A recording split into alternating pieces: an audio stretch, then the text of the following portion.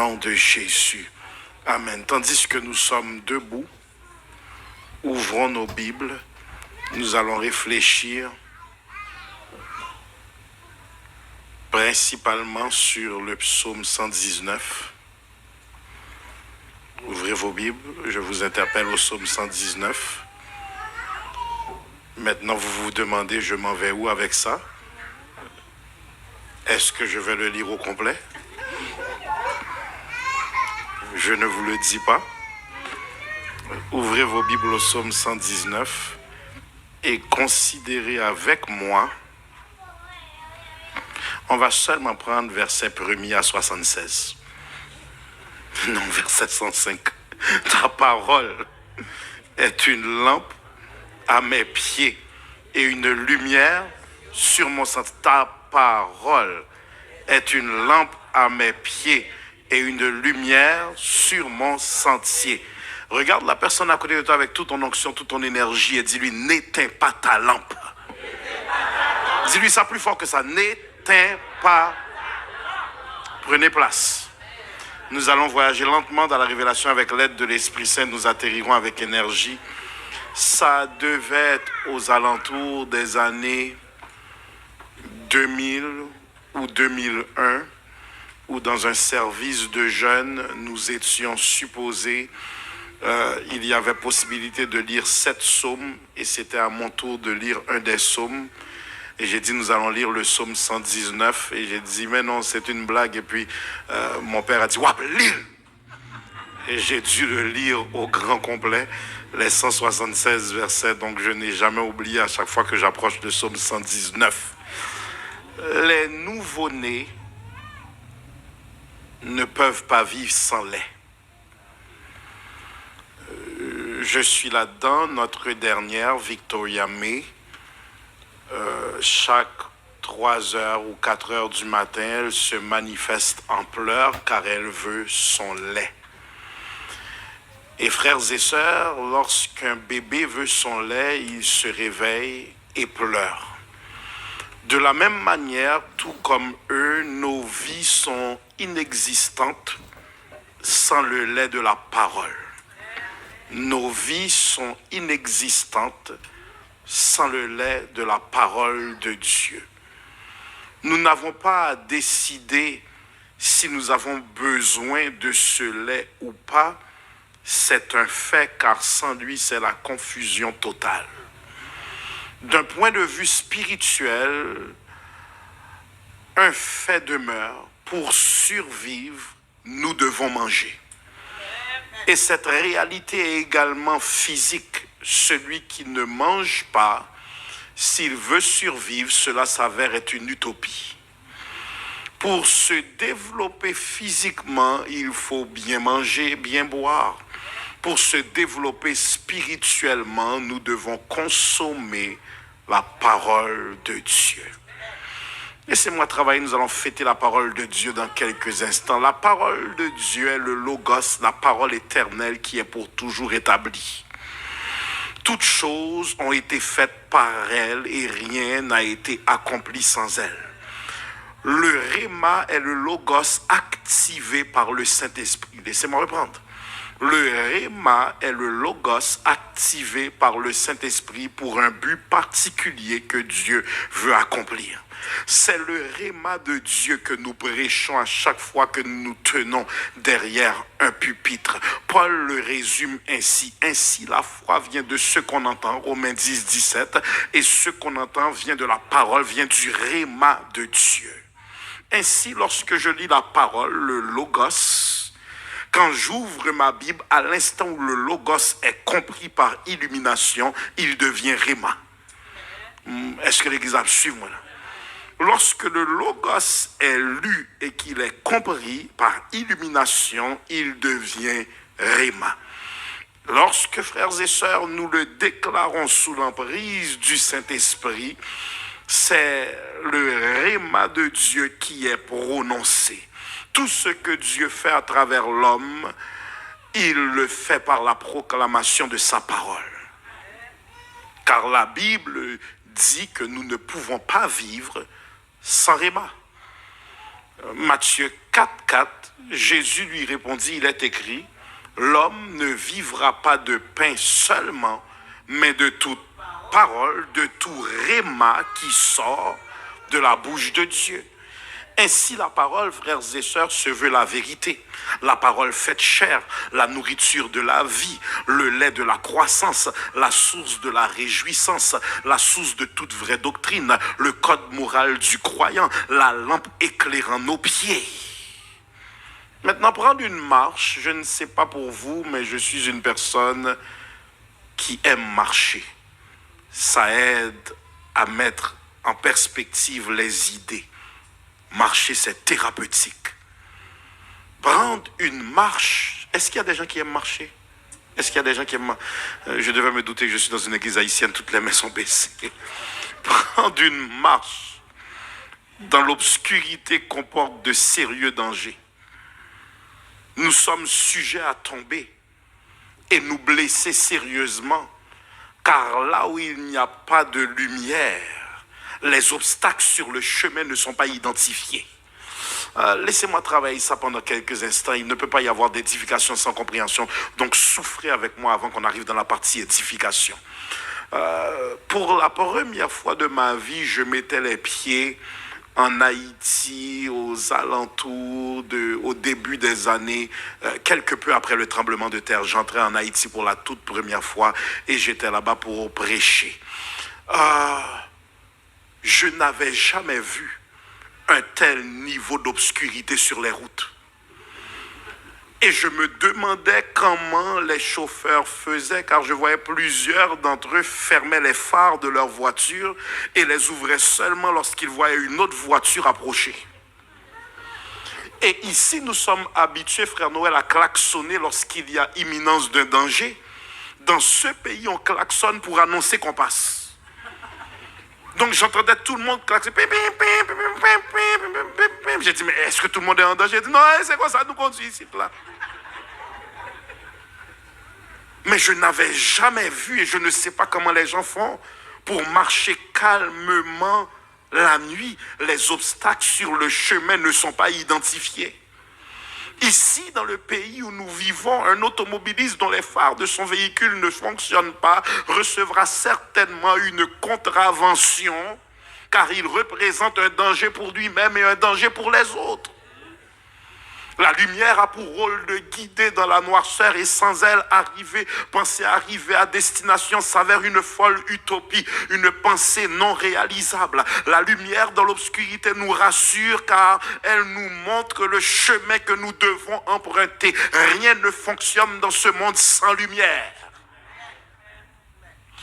Une autre chose qui m'a interpellé tandis que j'étais en Haïti, Madame Pasteur, ici, nous vivons dans un luxe exceptionnel. Nous partons l'air climatisé, nous la laissons allumer la nuit, nous fonctionnons dans une luxure où nous ne fermons pas les lumières, nous les ouvrons, nous les fermons, nous ne fermons pas la télévision, que nous soyons à la maison ou pas. Je rentre chez moi, je dois toujours éteindre les lumières des chambres. Mes enfants sont tellement bien, ils dorment avec la lumière ouverte. C'est toujours moi qui passe vers minuit et j'éteins toutes les lumières. On laisse la climatisation, on rentre dans la maison, c'est extrêmement gelé. Mais tandis que j'étais en Haïti, j'ai entendu, il faisait chaud dans la maison et tout à coup, j'ai entendu « Yo Baili !»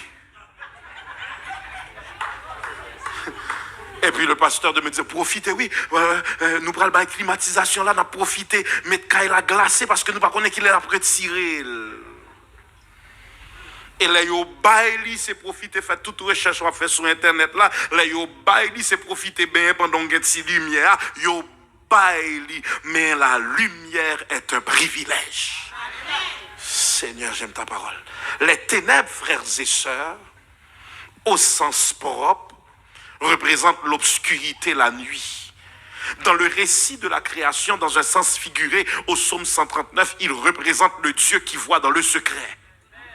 Le Dieu qui voit dans le secret. Le psaume 139 le met comme si, et le met comme suis éternel, tu me sondes et tu me connais. Tu sais quand je m'assieds et quand je me lève. Tu pénètres de loin ma pensée. Tu sais quand je marche et quand je me couche. Et tu pénètres toutes mes voies. Car la parole n'est pas sur ma langue que déjà, ô éternel, tu la connais entièrement. Au verset 11, il dit, si je dis au moins les ténèbres me couvriront, la nuit devient lumière autour de moi. Même les ténèbres ne sont pas obscures pour toi. La nuit brille comme le jour et les ténèbres comme la lumière. Qui ça au cas caché, bon Dieu? Certaines fois, nous avons beaucoup de stratégies, nous masquons nos carences à l'église. Certaines fois, nous voulons nous assurer que le pasteur ne soit pas au courant de nos faits et gestes. Nous voulons nous assurer de projeter une image en public, mais nous sommes une toute autre personne dans le secret. Et maman ne sait pas que jeune fille qui dirige à l'église, après service, a rendez-vous avec copain, tandis que maman travaille de nuit et jeune fille est plus active que maman mariée. Papa ne sait pas que fils qui va à l'école, arriver à l'école, ce n'est pas vraiment pour se muscler le cerveau, mais c'est pour fumer avec ses amis. Mais tout ce que nous ne voyons pas et nous ne savons pas, les ténèbres sont lumière pour Dieu et il est assis et il voit avec clarté ce que l'homme ne voit pas. De ce fait, frères et sœurs, les ténèbres, ils ne symbolisent pas seulement la noirceur, les ténèbres symbolisent pas seulement le secret. La première intervention, c'est que les ténèbres ne symbolisent pas seulement le secret, mais en deuxième lieu, j'aimerais vous dire que les ténèbres symbolisent également l'ignorance. Répétez avec moi, l'ignorance. L'ignorance des choses de Dieu est appelée ténèbres. Matthieu 6, 22 à 23 de dire, l'œil est la lampe du corps et si ton œil est en bon état, tout ton corps sera éclairé. Mais si ton œil est en mauvais état, tout ton corps sera dans les ténèbres. Si donc la lumière qui est en toi est ténèbres, combien seront grandes ces ténèbres? Ne pas connaître Dieu, être dénudé de discernement, c'est être dans les ténèbres. Dimanche, je m'apprêtais à quitter l'église et je serrais quelques mains. Et voilà quelques visiteurs qui viennent me saluer et je leur dis, quelle joie de vous voir aujourd'hui. Et ils me disent, pasteur, nous sommes venus te visiter et nous aimerions savoir est-ce que nous pouvons venir la semaine prochaine, mais entre-temps, est-ce que vous nous autorisez à rester dans le vestibule et donner des affiches d'un réveil que nous organisons à Montréal? J'ai dit, est-ce que je peux voir l'affiche? Et on ne peut rien distribuer ici, ça ne fonctionne pas comme ça. Si vous avez un spot publicitaire, envoyez-le aux médias, nous analysons si ça peut passer ou pas. Et c'est lorsque je vois l'affiche, je vois que c'est une secte d'Haïti qui va débarquer pour visiter Montréal. Et m'banan manchette. De ce fait, si vous comprenez, nous comprenons. De ce fait, frères et sœurs, j'ai dit... ne passez rien ici, s'il vous plaît. Ne distribuez pas d'affiches. Nous vous dirons si vous pouvez passer ou pas. Vous ne recevez pas de coup de fil, ça veut dire que vous ne pouvez pas venir. Frères et sœurs, aujourd'hui, certaines personnes sont supposées d'être lumière et disent Jésus, mais sont ténébreuses. Aujourd'hui, c'est la manifestation des fausses doctrines. Il y a beaucoup plus de démonstration que de révélation. Seigneur, j'aime ta parole. Bon, comment c'est prêché? Nous sommes des proies faciles pour les faux prophètes car nous aimons les manifestations. Nous avons l'addiction de tomber. Nous avons l'addiction que les gens souffrent sur nous. Nous avons l'addiction qu'on dépose sur nos têtes des serviettes. Nous avons l'addiction qu'on nous lance de l'eau au visage. Nous avons l'addiction de recevoir des prophéties. Depuis on moun si tes plaques machines nous impressionner.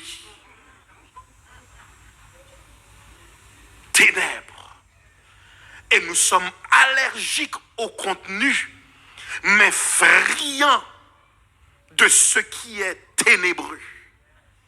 Laissez-moi reprendre. Je n'ai jamais vu un temps où l'Église se réunit autant, mais sans Christ. Les enseignants de la parole ne sont plus en vogue, mais les soi-disant faiseurs de miracles sont notoires. Bon, que toute puissance soit pas qu'à l'hôpital ou délivrons en centaines de personnes dans Sainte-Justine, pour qui ça c'est l'Église a besoin de clients? Non, tu as autant de puissance. Entre à l'hôpital, fais ce que l'aumônier ne peut pas faire et délivre des vrais malades qui ont besoin. Pourquoi faire ton spectacle à l'église? Parce que qu'on l'argent à joindre. Ténèbres. Et aujourd'hui, nous sommes beaucoup plus des friands d'entendre ainsi parle l'Éternel pour une prophétie que d'ouvrir la Bible et comprendre que Dieu m'a déjà tout dit. Y a-t-il encore des prophètes? Absolument. Le surnaturel est-il réel? Absolument. Est-ce que quelqu'un peut tomber sous l'effet de la puissance de Dieu? Absolument. Mais on a senti laisser pour un spectacle. Frères et sœurs, l'ignorance de la parole est appelée ténèbres. Lorsque Dieu regarde dans le secret, une figure des ténèbres. L'ignorance de la parole, une figure des ténèbres. Une autre figure des ténèbres, la puissance du mal. Répétez avec moi, puissance du mal. D'un point de vue eschatologique, les ténèbres représentent le châtiment éternel. Joël 2:2 déclare jour de ténèbres et d'obscurité, jour de nuée et de brouillard. Il vient comme l'aurore et se répand sur les montagnes. Les ténèbres sont une figure de la puissance du mal, des cohortes démoniaque. Certainement les ténèbres représentent le paganisme, le mode de vie des incroyants. Les ténèbres symbolisent une vie de péché qui se caractérise par l'incapacité de suivre le droit chemin, marcher sans but avec confusion, être dominé par des distractions, être en constante opposition à la révélation, vie de ténèbres. Frères et sœurs, le premier réflexe que nous avons lors d'une panne d'électricité, c'est d'annuler nos lampes de poche. Et aujourd'hui, vous n'avez pas besoin d'une lampe de poche comme c'était à l'époque pour éclairer. À même votre cellulaire, vous allumez la lumière et vous éclairez les lieux. Car personne aime l'idée de vivre dans les ténèbres. C'est l'une des raisons même dans nos vies personnelles. Il y a certaines factures importantes que nous ne payons pas. Jamais Hydro-Québec. On s'assure que ce soit payé. Car notre premier réflexe lors d'une panne d'électricité est d'annuler nos lampes. Car la seule solution aux ténèbres, c'est la lumière. Une fois la pièce éclairée, il y a un sentiment de sécurité immédiat. Jésus est la seule réponse aux ténèbres. Lorsque l'ennemi vous fait rage, lorsque la puissance du mal appelée ténèbres fait rage dans votre maison, Psaume 34:6 maintenant nous dit à quel point cette lumière nous fait du bien. Quand on tourne vers lui les regards, on est rayonnant de joie et le visage ne se couvre point de honte. L'on voulait dominer sous puissance diable à le cacher au nom de Dieu. Je lève mes yeux vers les montagnes, d'où me viendra le secours. Le secours me vient de l'Éternel qui a fait les cieux et la terre. Bon, mettons pause dans le message là. Moi, besoin d'acclamation de s'il pas là, ça me t'a fait. S'il pas campé pour moi, ça me t'a fait. S'il pas de défenseur, moi ça t'a fait. S'il pas de guérisseur, moi ça me t'a fait. S'il pas de parler pour moi, ça me t'a fait. Est-ce que gon graine moulin t'es entravé, mais Jésus t'es là. Ou t'es découragé, mais Jésus t'es là. Bagaille là t'es marré, mais Jésus t'es là. Ennemi t'es dit ou t'es fini, mais Jésus t'es. Seigneur, j'aime ta parole. Lève tes deux mains, dis Jésus t'es là. Il est la seule réponse aux ténèbres. Jean 8, 12 de dire, Jésus leur parla de nouveau et dit, je suis la lumière du monde. Celui qui me suit ne marchera pas dans les ténèbres, mais il aura la lumière de la vie. Et lorsque Jésus déclara cette parole, pasteur Amos, c'est intéressant car il se tenait dans la partie du temple où brûlait le chandelier en souvenir de la colonne de feu qui conduisit le peuple d'Israël dans le désert. Et il se tient près de la grande lampe qui brûlait dans le temple et il dit, je suis la lumière du monde. Celui qui me suit ne marchera pas dans les ténèbres, mais il aura la lumière. Savez-vous ce que Jésus dit? Quiconque me suit, moi, la lumière, ne connaîtra pas une vie de confusion et gaspillée par le péché. Celui qui me suit entre dans sa destinée. Celui qui me suit ne sera pas gaspillé par l'ennemi de nos âmes. Frères et sœurs, lorsqu'il déclara cette parole, il se tenait dans la partie du temple où brûlait le chandelier en souvenir de la colonne de feu qui a conduit le peuple d'Israël. Selon Exode 13, 21, 22, l'Éternel allait devant eux le jour dans une colonne de nuée pour les guider dans leur chemin et la nuit dans une colonne de feu pour les éclairer afin qu'ils marchassent jour et nuit. La colonne de nuée ne se retirait point de devant le peuple pendant le jour, ni la colonne de feu pendant la nuit. Frères et sœurs, nous devons arriver dans une dimension où nous disons, Seigneur, je refuse d'aller sans toi. Je ne veux pas signer ce contrat sans toi. Je ne veux pas dire je t'aime sans toi. Je ne veux pas me marier sans toi. Je ne veux pas me faire membre de l'église sans toi. Je ne veux pas déménager sans toi. Je ne veux pas quitter ce pays sans toi. Je ne veux prendre aucune décision sans toi. Si tu es la lumière, je veux dépendre de toi pour ne pas marcher dans les ténèbres. Seigneur, j'aime ta parole, ratez pas ça. Combien de décisions prenons-nous sans Dieu? Pasteur, je vais dire quelque chose et je souhaite que ce bord-là le comprenne. Trop souvent, lorsque nous demandons des miracles afin que Dieu restaure ce que notre indiscipline a chassé. Laissez-moi répondre. Et nous bénissons le ciel pour des miracles. Mais combien de ces miracles nous les demandons en raison de notre désobéissance et de notre déloyauté et insoumission à cette lumière? Pasteur, donne-moi un exemple. Beaucoup d'entre nous, nous prions pour le retour de notre santé. Et je prie que le Seigneur restaure notre santé. Mais ce n'était pas Dieu qui mangeait ce griot à 23 heures. C'était pas Dieu qui était en train de frire du tasso avec des bananes plantains à minuit. Parce que Haïtiens, certaines fois, ils prennent pour déjeuner, pour dîner, pour... Je prêchais et on m'a invité à déjeuner chez une sœur aux États-Unis. Et tandis que je vais avec mon staff, il est 11h du matin, il y a des plantains, il y a des ceci, cela. Et elle dit, pasteur, ça veut dire, il me dit, toi, tu n'as pas déjeuner ça. Oh, pas Jean Griot, bon Jean Tasson, bon, j'ai dit, ça va rester sur mon estomac, il est beaucoup trop tôt. À 14h peut-être, mais pas à cette heure-là. Au cabaya haïtien salade, la bdou merci. Bal bouillon. On va dire, là, vous pensez, madame Oufinavel, Côte d'Uya. Et c'est l'une des raisons pourquoi nous sommes autant diabétiques, nous sommes imprudents. Nous demandons des miracles. Je vais fermer la parenthèse très vite. Nous demandons des miracles, mais nous ne prenons pas de marche. Nous demandons des miracles. Nous n'aimons pas boire de l'eau. Nous demandons des miracles. Nous n'allons pas au gym. Nous demandons des miracles. Nous allons au dépanneur à 5 minutes. Nous avons besoin de prendre notre voiture. Nous demandons des miracles. Je n'ai jamais vu les gens perdre. J'ai été au gym, frères et sœurs, et j'étais fier de voir un papy haïtien qui vient avec sa serviette et me dit, aïe, aïe, aïe, c'est bien, la génération commence à comprendre que la survie demande des efforts pour se dépasser. Il est arrivé avec sa serviette autour de son cou, sa camisole, et puis me passe papier pour aller un bagage sérieux. Il a vu un autre de ses amis, mes amis, un tel, garde ça, il fait Jovenel. Et puis il parlait. Là, il finit de parler 1 heure de temps, là, il tourne la caille. Frères et sœurs, en regardant le chandelier, Jésus dit, je suis la lumière du monde.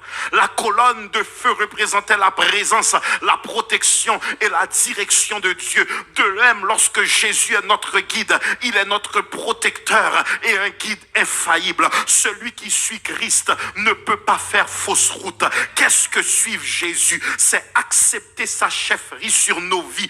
De même, un esclave obéit à son maître.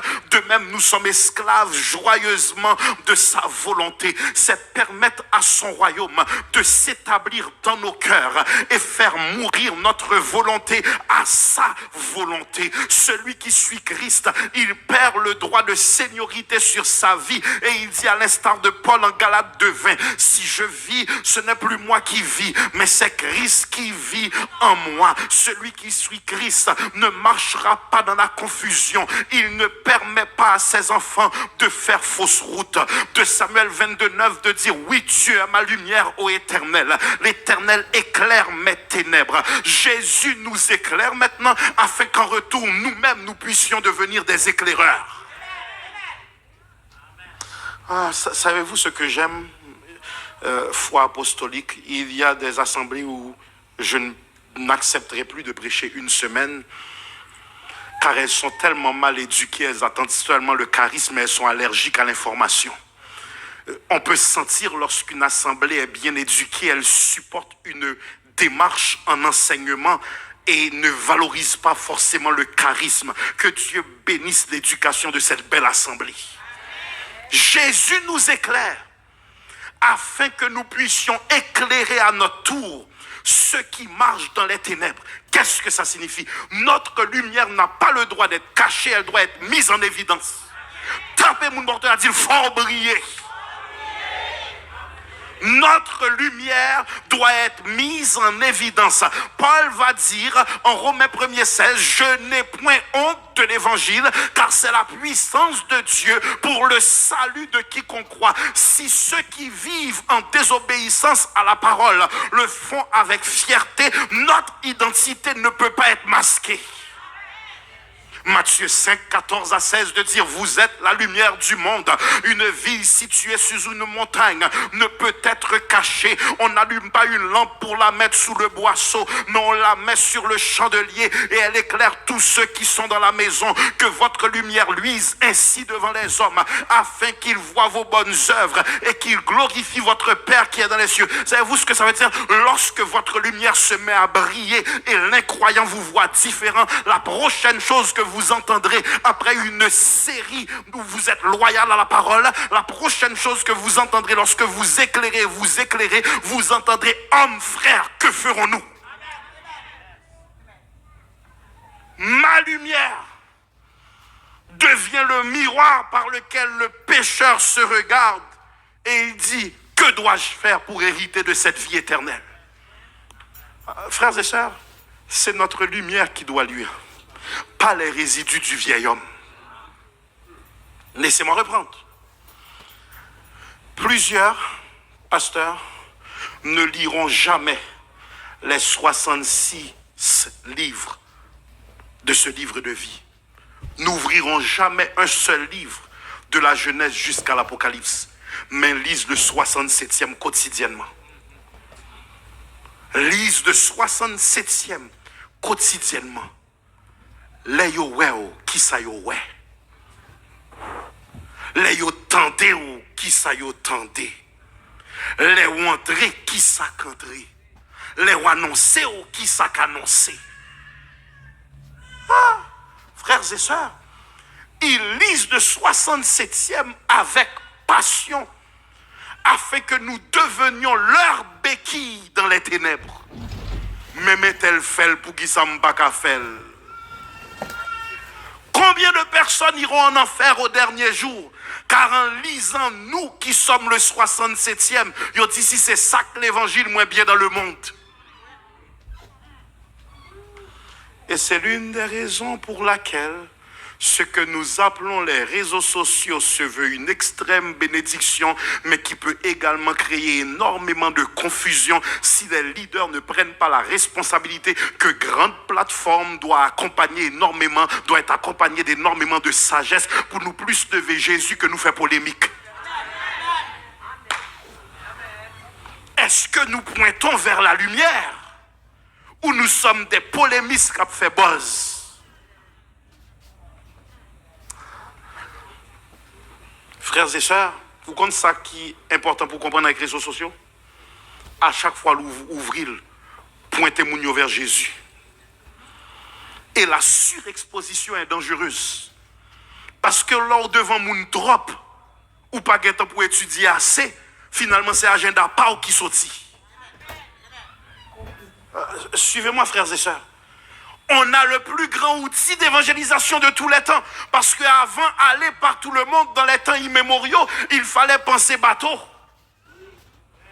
Il fallait penser chevaux. Il fallait penser long voyage. Maintenant, aller par tout le monde, c'est un seul clic. Mais l'Église, maintenant, est bien plus célèbre pour ses déboires et ses débats que la qualité de son évangile. Frères et sœurs, suivez-moi. Plusieurs personnes sont dans l'église, mais n'ouvrent pas leur Bible, ne passent pas de temps avec Dieu, mais se demandent pourquoi leur vie est constamment dans les ténèbres. Depuis combien de temps as-tu éteint ta lampe? Ton mariage va mal. Depuis combien de temps as-tu éteint ta lampe? Violence verbale, violence physique, adultère à répétition. Depuis combien de temps as-tu éteint ta lampe? Ta famille est brisée. Désobéissance de tes enfants. Il n'y a plus de cultes familiaux. Depuis combien de temps as-tu fermé, éteint ta lampe? Tu es dominé par des addictions d'alcool, addiction de pornographie, addiction de masturbation, addiction de drogue. Depuis combien de temps as-tu éteint ta lampe? Tu fais du ministère avec ton talent, mais sans aucune consécration, donc n'en découle aucune onction, mais que des émotions. Depuis combien de temps as-tu éteint ta lampe? Tu sers dans l'église avec orgueil et arrogance. Tu as la position, mais aucune position dans le ciel. Depuis combien de temps as-tu éteint ta lampe? Tes pensées méditent constamment le mal. Tu es dans un orgueil sans fin. Ton cœur est devenu un cimetière de rancune. Depuis combien de temps as-tu éteint ta lampe? La fin de toute chose est proche. Et le thème que nous avons, c'est nous devons nous préparer à la rencontre de l'époux. Christ est à la porte. N'éteignons pas notre lampe. Ça te prend ton huile. Je ne peux pas te prêter la mienne. Je ne peux pas allumer ta lampe. Je dois garder ma lampe allumée. En Matthieu 25, Jésus enseigne la parabole de 10 femmes. Les vierges folles et les vierges sages. Le royaume des cieux est comparable à 10 jeunes filles invitées à des noces qui prennent leur lampe pour sortir à la rencontre de l'époux. 5 d'entre elles sont insouciantes et 5 sont prévoyantes. Les insouciantes ont pris leur lampe sans emporter d'huile, tandis que celles qui sont prévoyantes ont pris des flacons d'huile avec leur lampe. Et comme l'époux tarde, elles s'endormirent. Laissez-moi reprendre. Comme l'époux tarde, elles se mirent à entrer dans les plaisirs de la vie. Comme l'époux tarde, elles ont été distraites par les réseaux sociaux. Comme l'époux tarde, elles ont été distraites dans les clubs. Comme les poutardes, elles ont été festoyées dans les balles. Comme les poutardes, elles ont été dans l'immoralité sexuelle. Comme les poutardes, ils ont entré dans place et ils n'ont pas besoin de marier. Comme les poutardes, elles ont fait des enfants hors mariage et n'aspirent pas au mariage. Comme les poutardes, elles ont dit certainement cette parousie ne viendra pas. Je peux vivre ma vie sans contrainte. Mais au milieu de la nuit, on entendit un cri disant voici l'époux, sortez. Seigneur, j'aime ta parole là. Voici l'époux, sortez à sa rencontre. Frères et sœurs, lorsque je regarde l'état de l'humanité, c'est un temps où nous devons nous préparer car notre grand mariage arrive. Lorsque nous regardons les nouvelles, c'est un temps où il faut se préparer car notre grand mariage arrive. J'entends le Seigneur dire prépare-toi car les prophéties sont déjà accomplies. Lorsque nous regardons ce qui se passe entre Israël et Hamas, nous comprenons, frères et sœurs, que l'époux l'époux est à la porte et il attend une fiancée qui est sanctifiée. Au milieu de la nuit, on entend un cri disant, voici l'époux, sortez à sa rencontre. Alors toutes ces jeunes filles se réveillèrent et préparaient leurs lampes, et les insouciantes demandèrent aux prévoyantes, donnez-nous un peu de votre huile, car nos lampes s'éteignent.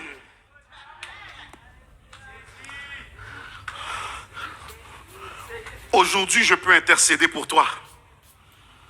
Mais un temps viendra, lorsque Christ aura enlevé son église, grand-maman ne pourra plus prier pour toi. Tu auras besoin de ta relation. Papa ne pourra plus prier pour toi. Tu auras besoin de ta relation. Et si, frères et sœurs, c'est maintenant, c'est difficile, imaginez ce sera quoi lorsque Christ enlèvera son église et maintenant certains seront restés pour la grande tribulation. Qu'un jour, cap veni, joue ça, qu'un chagrin. Frères et sœurs, voici l'époux. Sortez à sa rencontre. Et les insouciantes maintenant demandent aux prévoyantes, donnez-nous un peu de votre huile, car nos lampes s'éteignent. Car nos lampes. Combien de monde là c'est sous roue bouillé? Sous roue prière moun, sous roue jeune moun, sous roue prédication moun. Combien de monde là ou sous roue consécration moun? Prêtez-nous de votre huile. Il y a certaines personnes, vous êtes sur toutes les lignes de prière, mais vos deux genoux ne sont jamais à genoux pour votre propre vie. Tout le monde jeûne pour vous, sauf vous. Frères et sœurs, savez-vous ce que ce texte nous montre? Ta difficulté ne peut pas devenir mon urgence lorsque nous avions les mêmes possibilités. Laissez-moi répondre. Ton insouciance n'a pas le droit de devenir mon problème. Je peux t'aider dans la mesure du possible, mais je ne peux pas m'oublier tandis que je faisais mes bonnes diligences pour t'aider dans ton indiscipline. Un pasteur était dans des problèmes financiers et vient voir l'évêque Aramus au complexe CUM et il dit, pasteur, vous connaissez nous son église, nous avons telle difficulté, est-ce qu'on peut prêter $3,000? Mon père de dire au comptable s'il lui a dit un chèque de $1,000 et le pasteur dit, bon, c'est quoi l'église donc vous t'as fait plus, oui? Et comme mon père c'est un homme de Dieu, si c'était moi-même, t'as dit, serviteur, bon ça. C'est redit, moun yo redit pour yo payer ça. M'apprend, m'apchiril. Frères et sœurs, l'urgence de quelqu'un ne peut pas devenir pour vous quelque chose qui vous emmène à arrêter de prendre soin de votre maison. Prêtez-nous de votre huile, c'est un moment urgent. Mais nous avons fait nos devoirs pour ne pas être surpris par ce jour. Frères et sœurs, vous imaginez combien de temps Noé a prêché?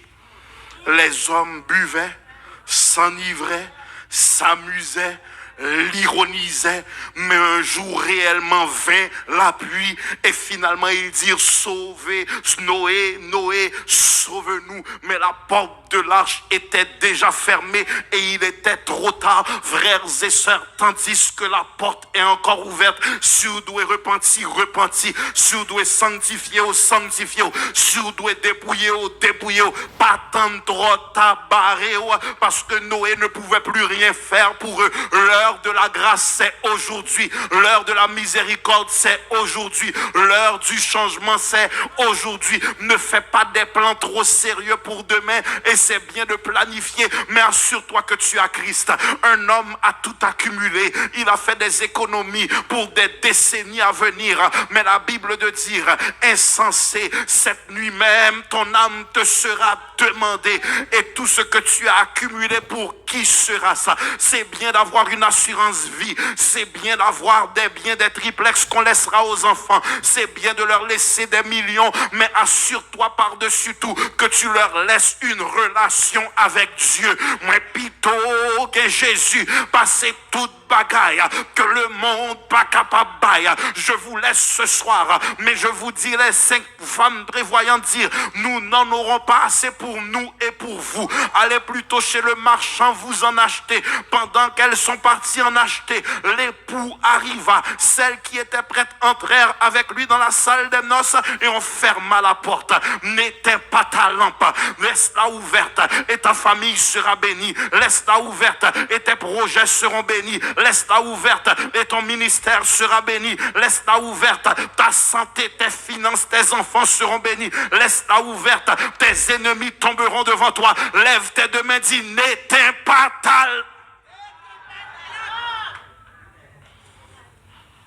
ta parole est une lampe à mes pieds, une lumière sur mon sentier.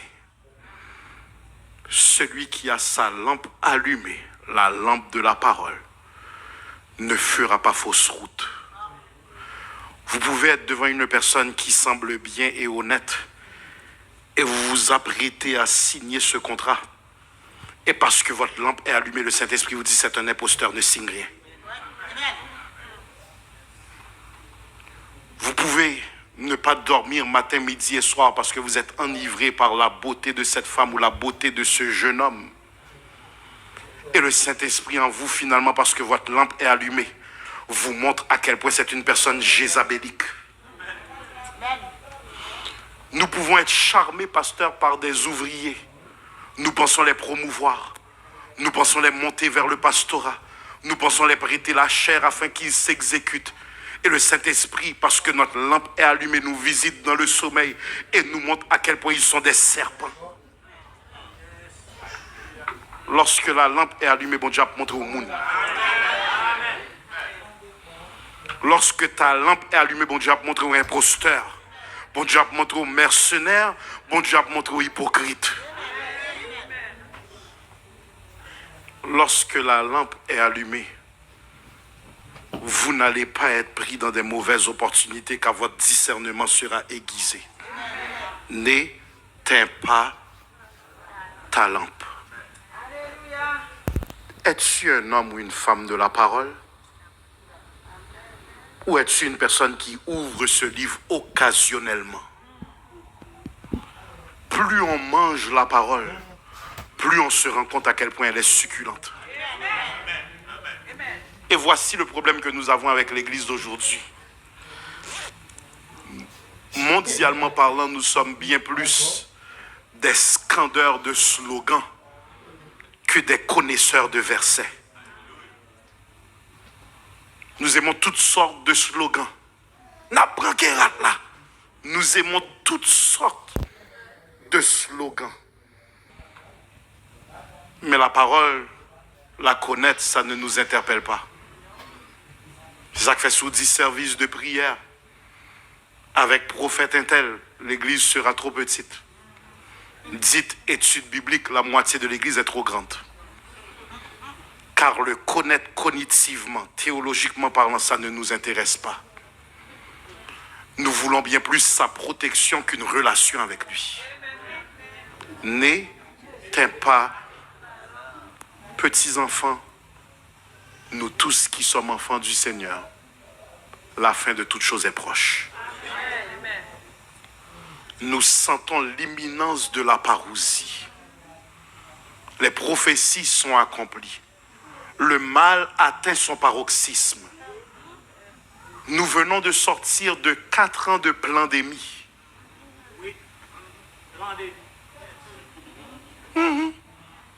Ce qui s'est passé, une jeune femme est venue me voir avant que la Covid arrive. Une semaine avant, elle a fait un rêve qui l'a troublé. Une sœur à l'église, elle a dit, pasteur, j'aimerais vous parler d'un rêve que j'ai fait.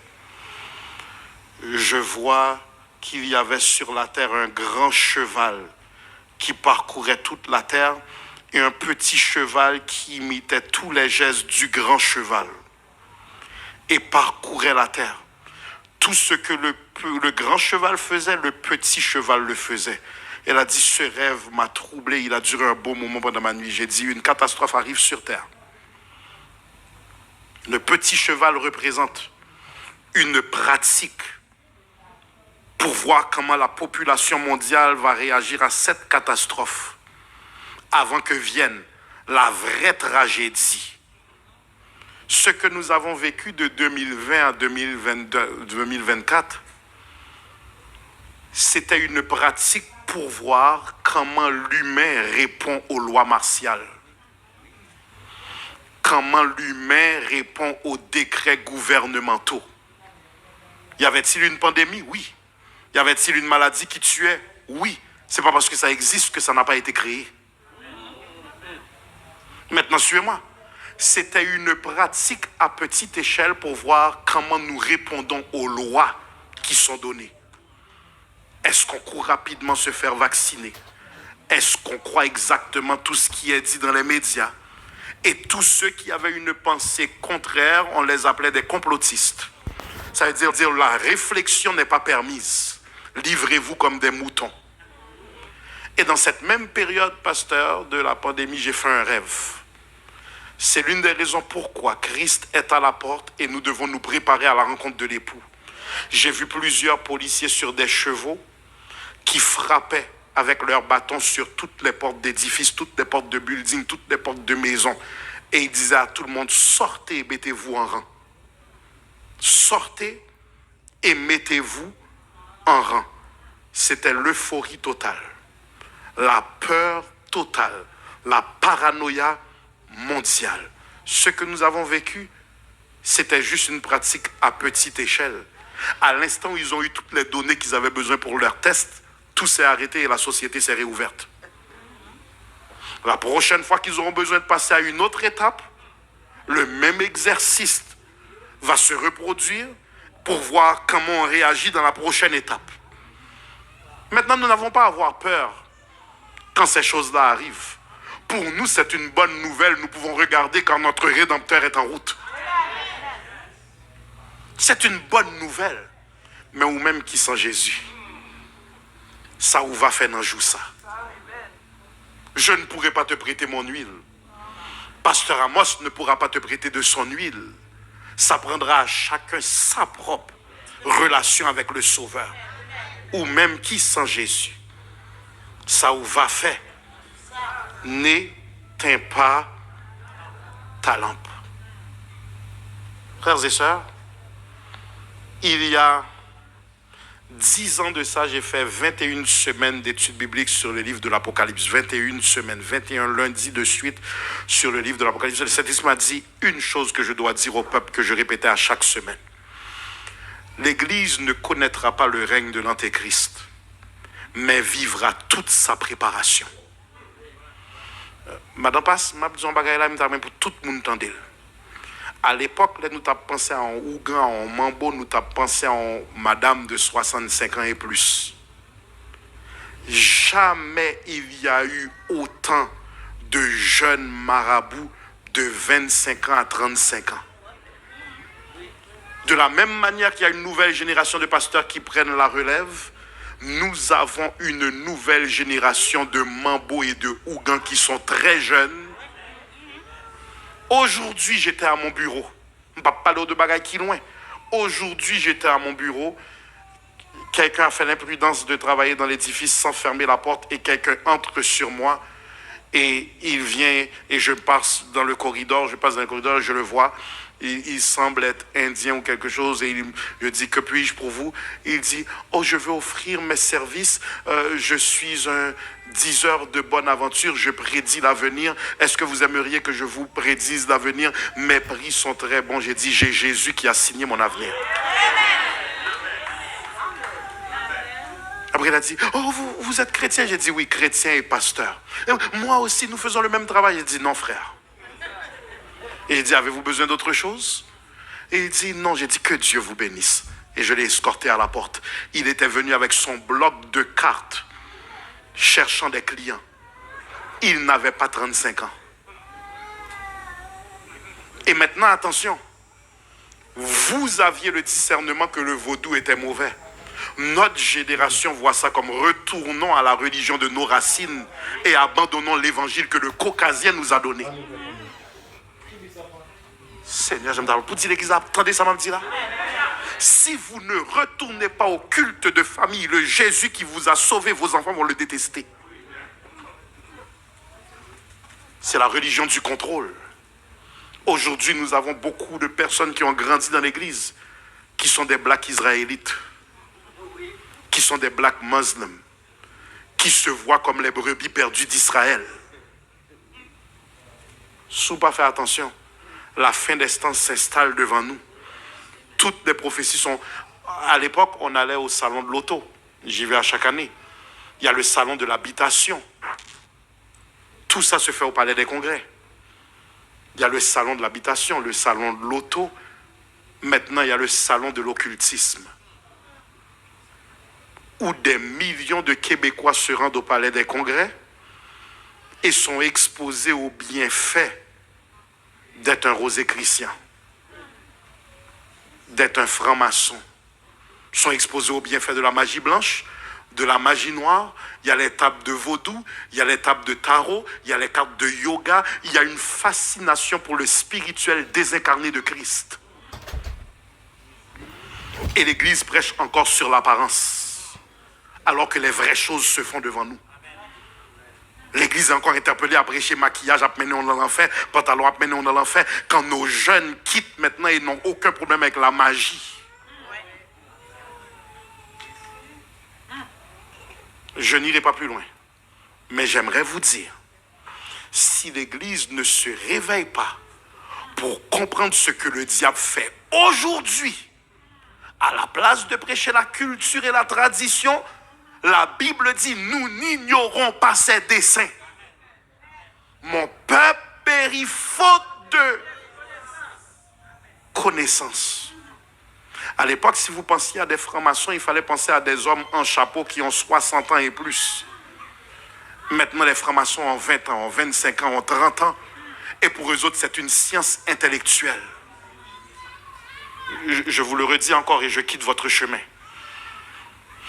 Une enseignante était assise avec moi lundi et elle expliquait que chaque école, maintenant, on prépare pour les écoles des spécialistes de l'agenda LBGTQ pour s'assurer que nos enfants soient présentés à des options. Je vous donne un exemple. Votre Céline Dion nationale que vous aimez tant. Céline Dion a reçu pour agenda des élites démoniaques, sataniques et maçonniques de pousser l'agenda des non-genrés. Je la voyais en entrevue qui dit « C'est le temps pour l'enfant, lorsqu'il grandira lui-même, de choisir son sexe. » Céline Ouremer. C'est le temps pour l'enfant, lorsque lui grandira, de choisir s'il veut être garçon ou fille. Qu'on ne se limite pas à son sexe, son organe, que lui puisse choisir. Et les enseignements moraux et religieux dans nos écoles sont partis. Mais les drag queens sont entrés. Et l'Église n'est tellement pas convergée en unité. On n'a aucune manifestation ou représentation devant le gouvernement pour dire ça ne passera pas. Parce que chacun gère sa petite boutique. Et nos enfants maintenant pensent que c'est normal de voir deux hommes ensemble, deux femmes ensemble. Et l'Église prêche encore la tradition, n'attaque pas les vrais démons. Une fin de brécher. Maintenant, est-ce que l'Église a tes jeunes en graine parole à soir? N'éteins pas ta. Maintenant, tous ceux qui n'étaient pas là hier soir,